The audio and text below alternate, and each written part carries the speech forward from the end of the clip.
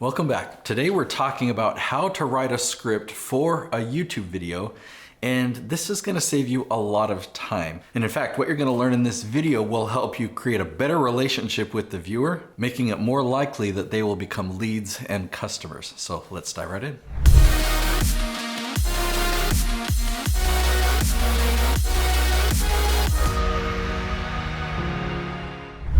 We're going to talk about two main things in this video. The first half, we're going to talk about the technical parts of how you script or outline your videos. And then the second half of the video is going to be more about the content, like what the flow of the video needs to be in order to get results. So you'll know the technical side and actually the content side as well. Now I've got my outline for this video right here, and I say outline instead of script because I recommend that you don't use a teleprompter. Like the outline for this video is that long right there. It's just a list of short bullet points, and there is so much strength and so much power to filming that way. I mean, the way that I'm inflecting my voice, the way that I'm pausing and even thinking for a moment, I can't do that if I were reading a teleprompter. Let's talk about some disadvantages of using a teleprompter first, so you'll understand in comparison to why I recommend outlining. With a teleprompter, you have to have things scripted word for word, and it takes a long time. For me, if I were recording a 10-minute episode, it takes me like an hour or typically 2 hours to write a script. Now, I'm a really good writer. I'm a perfectionist though, and I want it to be perfect, and I'll tweak this and I'll change that. It takes me a long time, and it's a lot of brain power. So when you think about filming 20 episodes, right, scripting, that would take me 20 to 40 hours, probably closer to the 40-hour range. So that's like a week. That's a week of writing scripts, which I don't have that time. I don't want to dedicate that time. I do use scripts and I do use a teleprompter on promo videos, but I don't make very many promo videos, maybe a couple of them per year. But I make 260 episodes per year on all the different 27 channels that I produce. And we don't script, we do outline of talking points. Another disadvantage of using a script is you don't sound conversational. I mean, when you're talking with somebody one-on-one, maybe they ask you a question and you're just answering. You're talking, you're pausing intentionally, you're looking up when you think for a minute.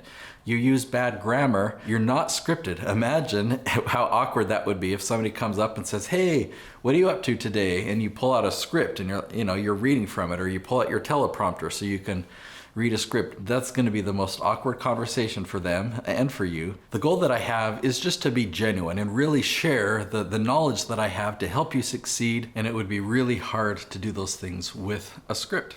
So when you outline, you don't need to even write out full sentences, just enough to jog your memory about your talking points, the things that you want to cover. So we do our keyword research and we have the title. We know what our video is about because we're answering a real specific question. Well, if somebody were to ask you that question, then you think, oh, well, there's really 3 steps that I do every time I do that. So in your notes, you're gonna write down step 1, do this, step 2, this, step 3, this. And you think, what else would be helpful? If I'm gonna have a 10-minute conversation, yeah, that time when I was in Costa Rica, that's a perfect example. So you just write down Costa Rica trip or something. So then during filming, I want to recommend that you have your notes, whether on your computer or on paper, but you have them handy, and you're going to intentionally pause and look down at them and then look back. Now, I don't want you to memorize your outline. If you're speaking on stage, even if you didn't have it fully scripted, but you had notes, it would be awkward for you to take a moment. Hold on, audience. I'm going to look at my outline here. Oh yeah, that's what I was going to talk about. Well, you know what? It's not awkward on video because we edit out the pause. And we found that when you deliver one point at a time and you intentionally pause in between, it actually makes your videos better. It makes it so your content is delivered in like bite-sized pieces. So they get point 1 and then they get point 2 and point 3. It gives more of a flow to your videos. So I'll just demonstrate. I've got my notes right here and I look down and okay, oh, point number 1, that's what I was gonna discuss. So you put your notes out of the shot, look at the camera, and then you deliver point 1 and you explain it, you talk about it, and you tie it all up. And I'm not worried about what the next point is. I'm just worried about delivering point number 1. And then I pause, look down at my notes. Oh yeah, point number 2, I was gonna talk about that. I was gonna talk about intentionally pausing. So I put my notes back down, look back at the camera, and I talk about the importance of intentionally pausing. Now I actually train and encourage and follow up with my clients to help them do this intentionally pausing. And the feedback that I get is that really helps. I'm glad that I can do that. It really takes a weight off of my shoulders because I don't have to worry about leaving anything out or forgetting, and you don't have to memorize anything. You're just answering that question and teaching the stuff that you always talk about. Another thing that I share with my clients that they have found really helpful is when I let them know and kind of describe this as, imagine you're on the phone. So a friend of yours called you on the phone and asked this question. You're just having a one-on-one conversation.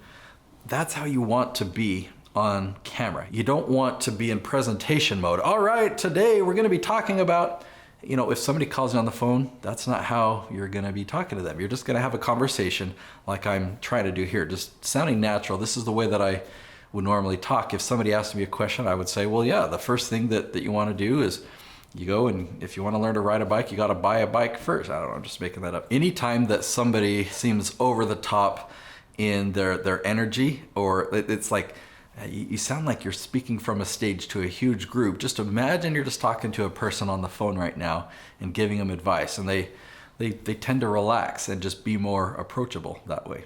For the remainder of this video, I'm gonna cover the structure of your videos and what you should talk about first, and what you can do to keep people's engagement all the way through, and how you should end a video. And I'm real excited to give you a gift. I put 2 years of work into my book, A Hero's Guide to Influence, on YouTube. And from start to finish, this book teaches you my complete strategy, how to leverage YouTube to generate leads for your business. And a lot of the stuff we're covering in this episode, I actually put in that book as well, but it obviously paints the whole picture. And I wanna give that book to you for free. You just cover the shipping cost. Go to natesyoutubebook.com and you'll see that book there that you can pay the shipping cost and have it shipped to you. That's my gift to you. So when you're outlining your video, you want to include an intro and some curiosity hooks. I'll demonstrate what I mean by that. Then you've got your content. That's what your expertise is. Those are the talking points that we're talking about. And then at the very end, you want to have a call to action. So we're going to talk about each of these things. Because we've done keyword research, the intro is already halfway done for you, okay? So if you do keyword research and you find the title, How to Get Kids to Listen Without Yelling, then the intro, or the way that you start your video, you should probably include that sentence or that title. So here's how I might start that video. Welcome back. Today we're talking about how to get your kids to listen without yelling. And man, we tried so many different things to try and eliminate yelling to get our kids to listen and do their chores, but we finally found what works, and I'm excited to share that with you today. All right, so what I did is I said the title, How to Get Your Kids to Listen Without Yelling, and then I backed it up with some credibility or some experience, really. I put some emotion into it and gave you a why you want to watch this video, because we found a way, we found the solution, and that's what you're going to get in this video. Then we typically put in a branding piece. It might be 6 seconds, 8 seconds long. That a lot of people call it an opener. We call it a video logo. It's got some music. It's got, a lot of different photos or video clips of you. Then we jump back into the content. And before we just start teaching, it's important and very helpful to set some curiosity hooks. Let them know what's coming in the video. Let them know what they're going to experience, but without giving away the secret, without giving away that answer yet.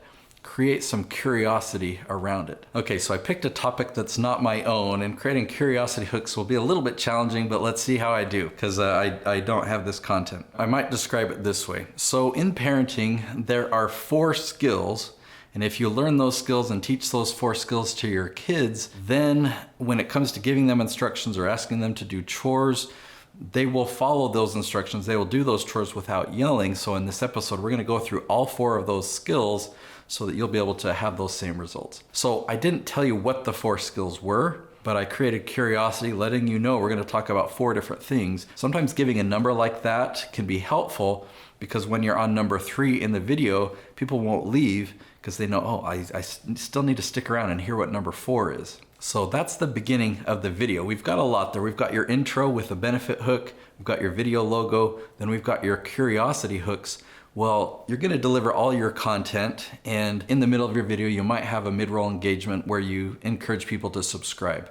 or ask for a comment. Have it be related to the content though. But what's most important is that you have one main call to action for your video. Typically, you're giving away a free gift, right? So if you have a book that you're giving away as a free plus shipping book, when you get to the end of the video, you've got to deliver that well. Practice that. That's worth doing a second take or third take if necessary, so that it continues with the value that you're giving in the video. So now that you've learned how to get your kids to listen without yelling, I've got this book. It's got the entire strategy of parenting. It's gonna transform your home to where your home is full of peace instead of contention or anxiety, and to where you have respect and your kids are self-governed. This book is yours for free as long as you cover the shipping costs. Go ahead and click that link below. So what I tried to do there is let you know I'm gonna give you a free gift, but paint the picture of the value and the change it's gonna make for you if you get it, and then let them know where they can get it. So that's the call to action, like go get this book now. So guess what we're gonna talk about tomorrow? Tomorrow we're talking all about lead magnets. So one of them would be a free plus shipping book, but there's other options you might wanna consider as well that are very effective. So we will see you right here on YouTube tomorrow.